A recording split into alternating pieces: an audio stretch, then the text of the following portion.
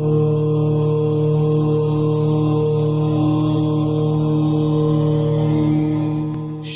अंगारक स्तोत्र का नित्य पाठ करने से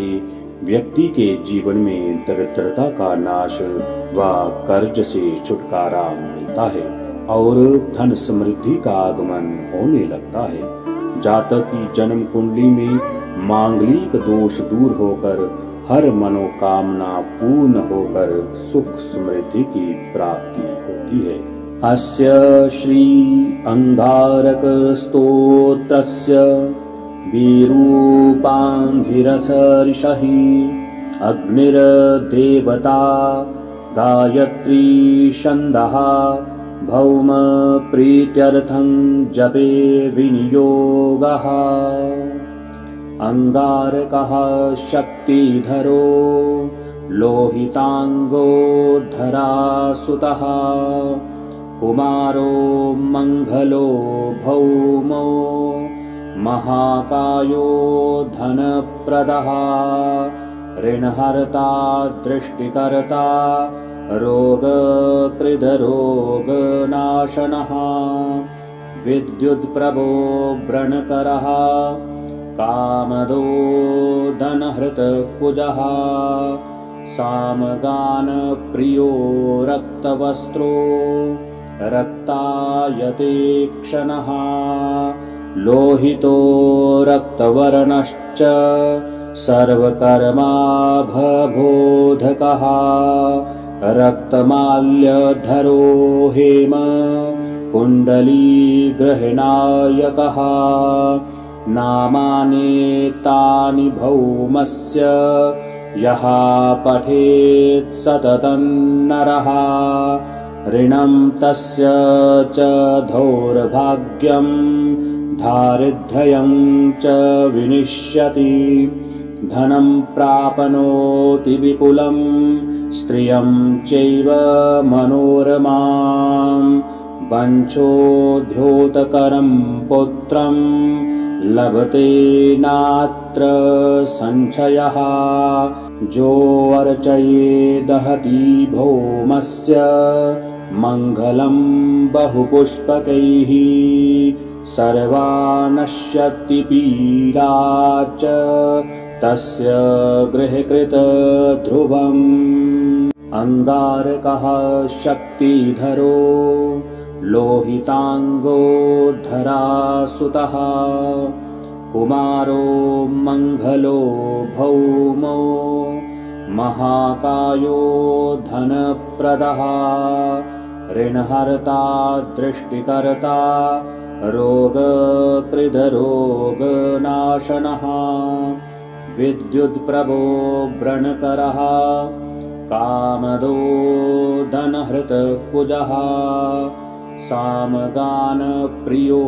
रक्तवस्त्रो रक्तायते क्षणः लोहितो रक्तवर्णश्च सर्वकर्माभबोधकः रक्तमाल्यधरो हेम कुण्डलीग्रहणायकः नामानेतानि भौमस्य यः पठेत् सततं नरः ऋणं तस्य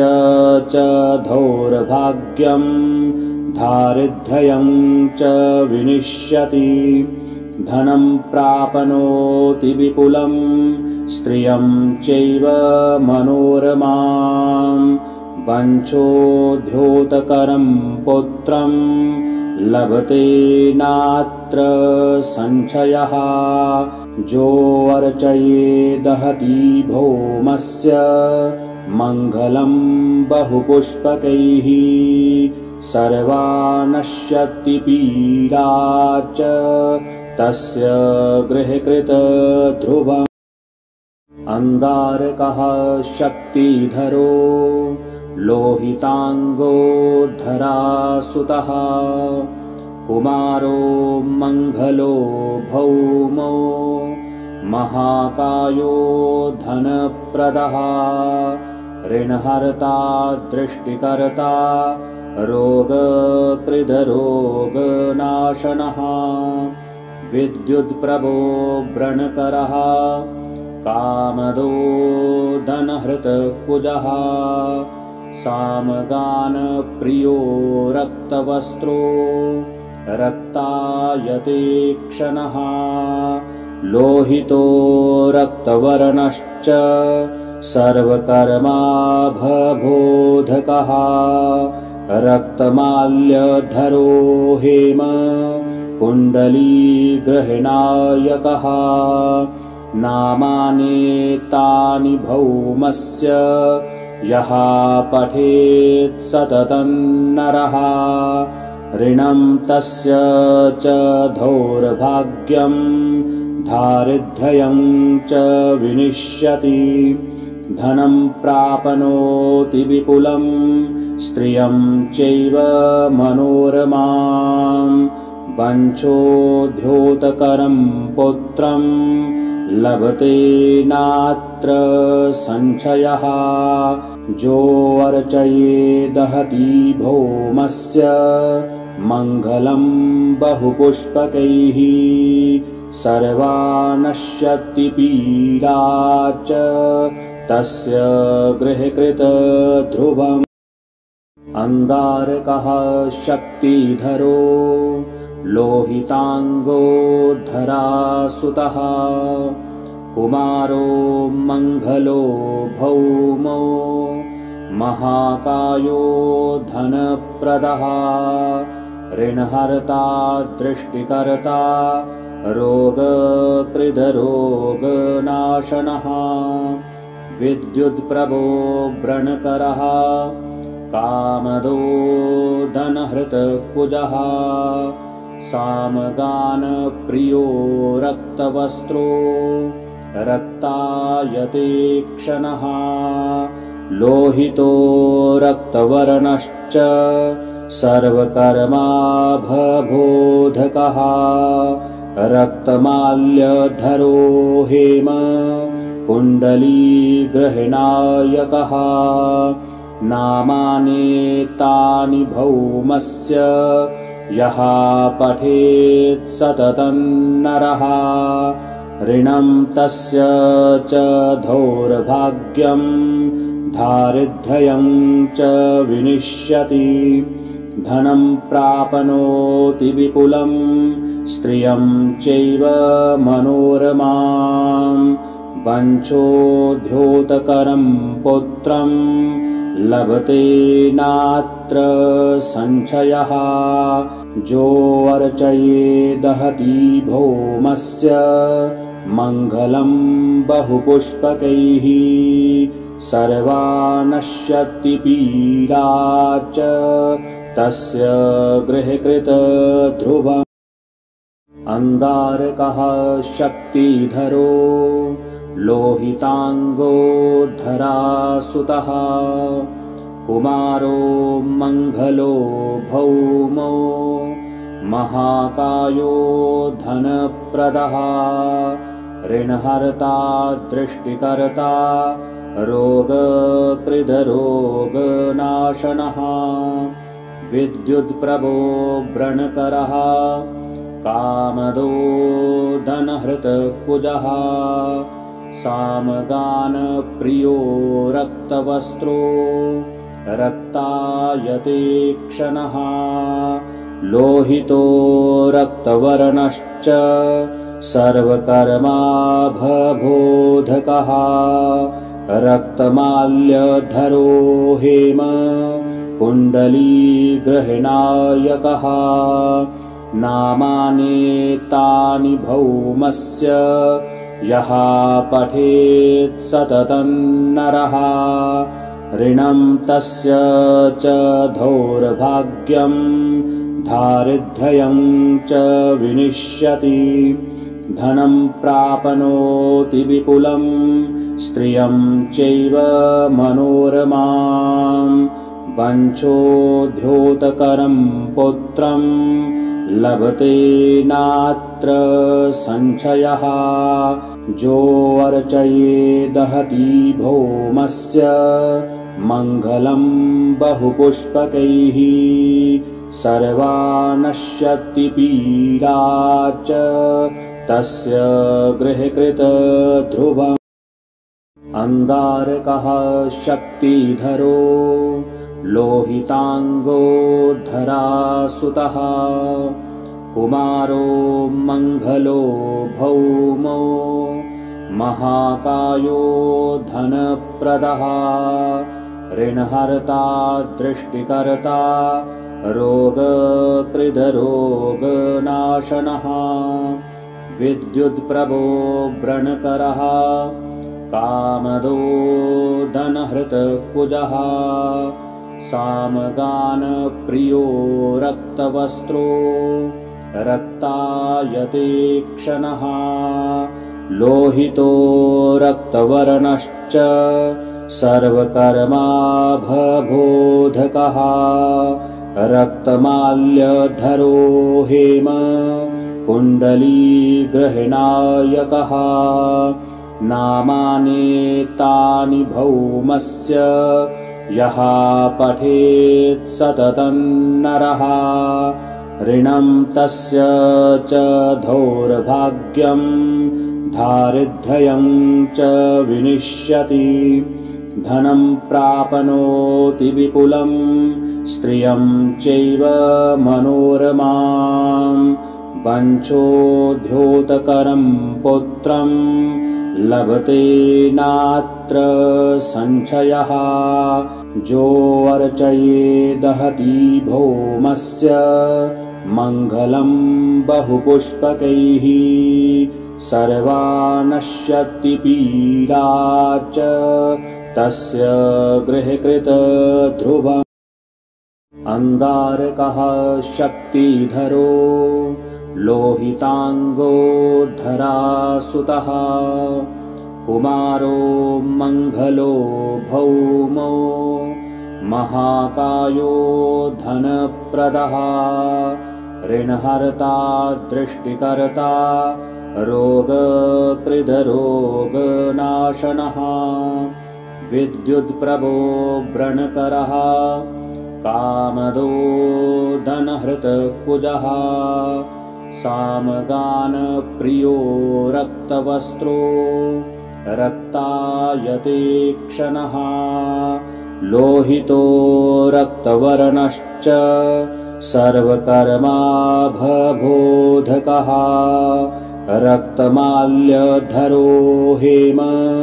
कुण्डलीग्रहणायकः नामानेतानि भौमस्य यः पठेत् सततं नरः ऋणं तस्य च दौर्भाग्यं दारिद्र्यं च विनिष्यति धनं प्राप्नोति विपुलं स्त्रियं चैव मनोरमां वंशोद्योतकरं पुत्रं लभते नात्र संशयः जो अर्चयेदहति भौमस्य मङ्गलं बहुपुष्पकैः सर्वा नश्यति पीडा च तस्य गृहकृत ध्रुवम्। अंगारकः शक्तिधरो लोहितांगो धरासुतः कुमारो मंगलो भौमो महाकायो धनप्रदः ऋणहर्ता दृष्टिकर्ता रोगकृदरोगनाशनः विद्युत्प्रभो व्रणकरः कामदो धनहृतकुजः सामगानप्रियो रक्तवस्त्रो रक्तायते क्षणः लोहितो रक्तवर्णश्च सर्वकर्माभबोधकः रक्तमाल्यधरो हेम कुण्डलीग्रहणायकः नामानेतानि भौमस्य यः पठेत् सततं नरः ऋणं तस्य च दौर्भाग्यं दारिद्र्यं च विनश्यति धनं प्राप्नोति विपुलं स्त्रियं चैव मनोरमां वञ्चोद्योतकरं पुत्रं लभते नात्र संशयः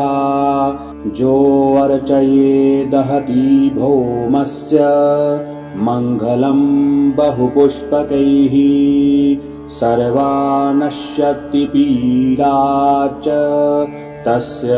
गृहकृतध्रुवम् अंगारकः शक्तिधरो लोहितांगो धरासुतः कुमारो मंगलो भौमो महाकायो धनप्रदः ऋणहर्ता दृष्टिकर्ता रोगकृदरोगनाशनः विद्युत्प्रभो व्रणकरः कामदो धनहृतकुजः सामगानप्रियो रक्तवस्त्रो रक्तायते क्षणः लोहितो रक्तवर्णश्च सर्वकर्माभबोधकः रक्तमाल्यधरो हेम कुण्डलीग्रहणायकः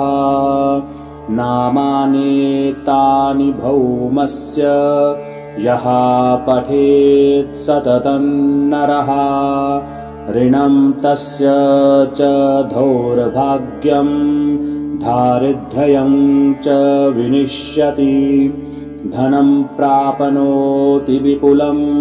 स्त्रियं चैव मनोरमां वञ्चोद्योतकरं पुत्रं लभते नात्र संशयः जो अर्चयेदहति भौमस्य मङ्गलं बहुपुष्पकैः सर्वा नश्यति पीडा च तस्य गृहकृतध्रुवम् अंगारकः शक्तिधरो लोहितांगो धरासुतः कुमारो मंगलो भौमो महाकायो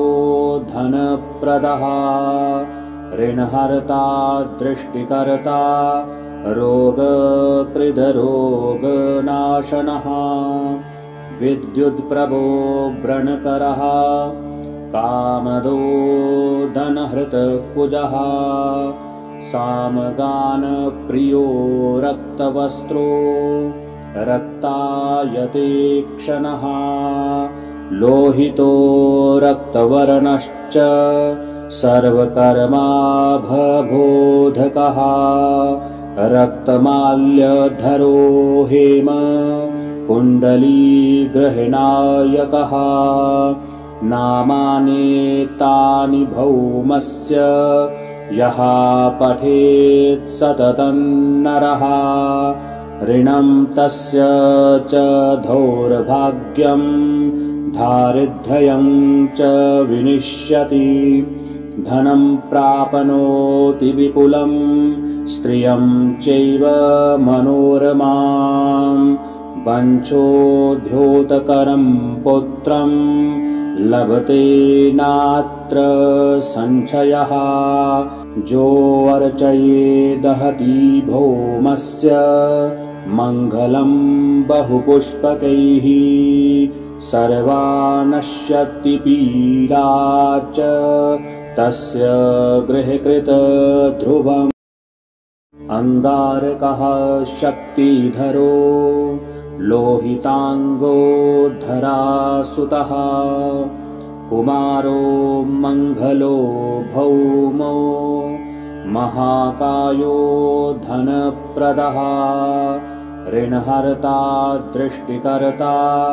रोगकृदरोगनाशनः विद्युत्प्रभो व्रणकरः कामदो धनहृतकुजः सामगानप्रियो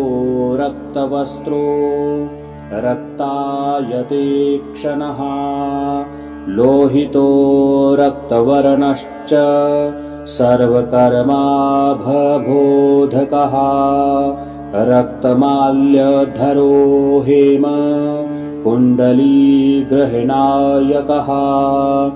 नामानेतानि भौमस्य यः पठेत् सततं नरः ऋणं तस्य च दौर्भाग्यं दारिद्र्यं च